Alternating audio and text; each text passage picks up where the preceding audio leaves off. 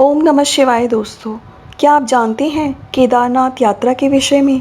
केदारनाथ मंदिर भारत के उत्तराखंड राज्य के रुद्रप्रयाग जिले में स्थित है।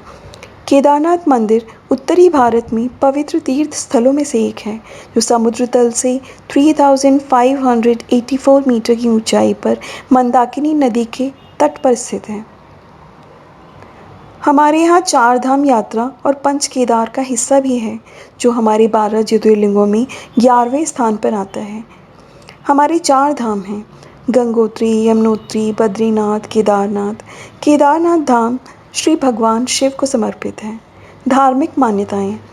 केदारनाथ के विषय में माना जाता है कि महाभारत के युद्ध के बाद पांडवों को अपने इस युद्ध के नरसंहार पर बहुत पछतावा हो रहा था। भाइयों की हत्या के पाप से मुक्ति चाहिए थी, क्योंकि शिव विनाश के लिए जाने जाते हैं। तो वेदव्यास जी के सुझाव पर उन्होंने शिव जी से क्षमा याचना करने के लिए काशी जाकर शिव से माफ़ी मांगनी चाहिए। तो वहाँ शिव के दर्शन हो नहीं पाए। शिव जी भी रोष्ट होकर अंतर्ध्यान हो गए। तो वो शिव को खोजते खोजते केदारनाथ आए और यहाँ शिव जी ने एक भैंसे का रूप धारण करके वहाँ से निकलने का मन बनाया। इतने में बाहुबली भीम ने उनको पहचान लिया और विशाल रूप धारण करके 2 पैर जमाकर खड़े हो गए। जिसको भी जाना है मेरे पैरों के नीचे से निकले। सब निकल गए। भगवान शिव वहीं खड़े हो गए। शिव हैं, नीचे से कैसे जाएं? और छिपने के लिए ज़मीन में धंसने लगे। भीम भी बाहुबली थे। शिव जी को जकड़ लिया। उनके हाथ में उनका पृष्ठभाग आया तो केदारनाथ में वही शिवलिंग के रूप में विराजित हैं। शिव जी इससे बहुत प्रसन्न हुए। उन्होंने पांडवों को पाप मुक्त तो किया ही, और पांडवों ने केदारनाथ मंदिर का निर्माण कराया। केदारनाथ मंदिर का इतिहास। केदारनाथ मंदिर का इतिहास। केदारनाथ मंदिर के इतिहास की बात करें तो स्कंद पुराण में केदार खंड में इसका वर्णन किया गया है। इसमें पांडवों ने इनका निर्माण कराया। वर्तमान मंदिर का निर्माण पांडव वंश के पौत्र महाराजा जन्मेजय ने कराया। केदारनाथ मंदिर के निर्माण में पत्थरों से बनी कत्यूरी शैली का प्रयोग किया गया है। बाबा भोलेनाथ का निवास स्थान केदारनाथ करोड़ों आस्थाओं का केंद्र है। इस धाम में कदम कदम पर आस्था की नई कहानी लिखी हुई है। धाम का जितना धार्मिक महत्व है, उतना ही वैज्ञानिक प्रमाण भी हैरत करते हैं। अब मंदिर में 400 साल तक बर्फ में दबे रहने की कहानी हैरत करती है। इतने साल तक केदारनाथ मंदिर के बर्फ में दबे रहने के बावजूद क्या मंदिर सुरक्षित रहा? लेकिन जब वो बर्फ हटी तो उसके हटने के निशान मंदिर पर आज भी मौजूद हैं। उसकी वैज्ञानिकों ने स्टडी की और उसी आधार पर यह निष्कर्ष निकाला गया है कि 13वीं से 17वीं शताब्दी तक, यानी 400 साल तक एक छोटा हिमयुग आया था, जिसको लिटिल आइस एज भी कहा जाता है। उसमें हिमालय का एक बड़ा क्षेत्र बर्फ के अंदर दब गया था। मंदिर ग्लेशियर के अंदर नहीं था, बल्कि बर्फ में ही दबा था। वैज्ञानिकों के अनुसार मंदिर की दीवार और पत्थरों पर आज भी इसके निशान मौजूद हैं। ये निशान ग्लेशियर की रगड़ से बने हैं। ग्लेशियर हर वक्त खिसकते रहते हैं, जिसके कारण उनके मार्ग में आई हर वस्तु रगड़ खाती हुई चलती है। मंदिर का निर्माण। मंदिर के निर्माण की कई कहानियाँ हैं। विक्रम संवत 1076 से 1099 तक राज करने वाले मालवा के राजा भोज ने इस मंदिर को बनवाया था।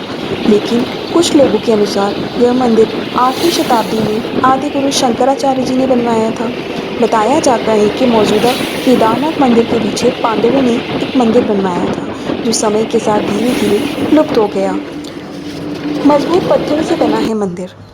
केदारनाथ मंदिर 85 फीट ऊंचा है, 187 फीट लंबा और 80 फीट चौड़ा है। इसकी दीवारें 12 फीट मोटी हैं और बेहद मजबूत पत्थरों से बनाई गई हैं। मंदिर को 6 फीट ऊंचे चबूतरे पर खड़ा किया गया है।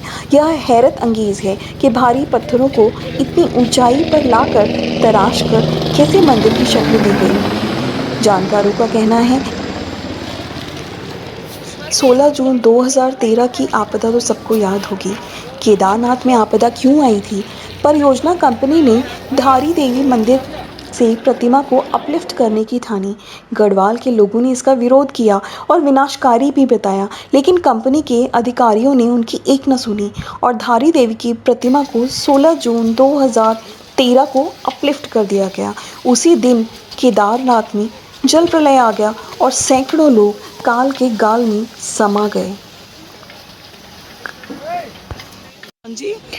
हर साल देश विदेश से लाखों की संख्या में श्रद्धालु केदारनाथ मंदिर पहुंचते हैं।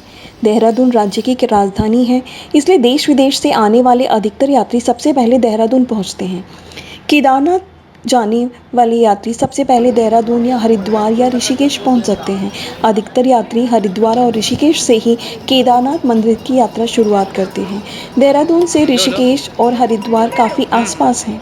देहरादून से केदारनाथ की दूरी कैसे तय करते हैं, इससे जुड़ी हर जानकारी आपको यहाँ मिल जाएगी।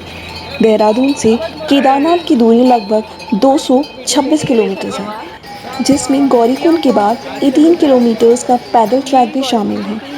देहरादून से गौरीकुंड की दूरी हर साल देश विदेश से लाखों की संख्या में श्रद्धालु केदारनाथ मंदिर पहुंचते हैं। देहरादून राज्य की राजधानी है, इसलिए देश विदेश से आने वाले अधिकतर यात्री सबसे पहले देहरादून पहुंचते हैं। केदारनाथ जाने वाले यात्री सबसे पहले देहरादून या हरिद्वार या ऋषिकेश पहुंच सकते हैं। अधिकतर यात्री हरिद्वार और ऋषिकेश से ही केदारनाथ मंदिर की यात्रा शुरुआत करते हैं। देहरादून से ऋषिकेश और हरिद्वार काफ़ी आसपास हैं। देहरादून से केदारनाथ की दूरी कैसे तय करते हैं, इससे जुड़ी हर जानकारी आपको यहाँ मिल जाएगी। देहरादून से केदारनाथ की दूरी लगभग 226 किलोमीटर है, जिसमें गौरीकुंड के बाद 18 किलोमीटर्स का पैदल ट्रैक भी शामिल है। देहरादून से गौरीकुंड की दूरी सड़क मार्ग द्वारा तय करने में लगभग 8 से 10 घंटे का समय लग जाता है। देहरादून आने वाले यात्री ऋषिकेश होते हुए भी केदारनाथ जाते हैं। देहरादून से ऋषिकेश की दूरी लगभग 42 किलोमीटर्स है। ऋषिकेश शहर पवित्र नदी के किनारे बसा हिंदुओं का प्रमुख तीर्थ स्थल है। देहरादून और ऋषिकेश शहर देश के अन्य प्रमुख शहरों से सड़क मार्ग, रेलवे मार्ग द्वारा अच्छी तरह से जुड़े हुए हैं, इसलिए अधिकतर श्रद्धालु चार धाम यात्रा की शुरुआत ऋषिकेश से ही करते हैं। यहाँ पहुँचने के लिए परमपिता शिव की अनुकंपा का होना बहुत जरूरी है। जैसे हमारे सिर पर पिता की छत्र छाया है, वैसे ही शिव जी की कृपा हो तभी आप यहाँ पहुँच सकते हैं। आप अगर शिव की भक्ति में डूब जाएं और उनके दर्शन का सौभाग्य प्राप्त करना चाहें तो कृपया आएं श्री केदारनाथ। धन्यवाद।